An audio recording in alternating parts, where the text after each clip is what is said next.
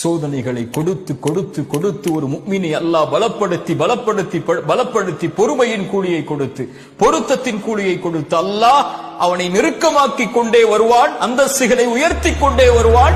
அந்த அந்தஸ்தை அல்லாஹ் ரப்புல் ஆலமீன் நாளை மறுமையில் வெளிப்படுத்துவான்.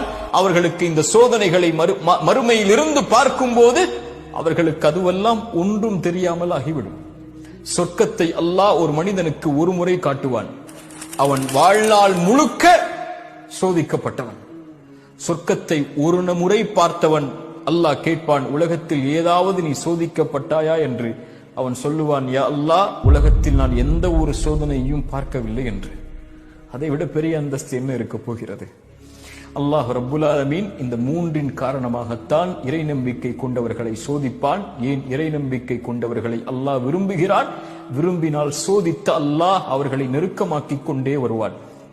அல்லாஹுடைய தூதர் ஸல்லல்லாஹு அலைஹி வஸல்லம் ஒரு ஹதீஸில் சொன்னார்கள், அல்லாஹ் இறை நம்பிக்கை கொண்டவனுடைய எந்த ஒரு நன்மையையும் அல்லாஹ் வீணாக்குவதில்லை, அல்லாஹ் குறைப்பதில்லை. அவனுக்கு இந்த உலகிலும் நலவை அல்லாஹ் கொடுத்து விடுவான், மறுமையிலும் அல்லாஹ் கூலியை கொடுத்து விடுவான்.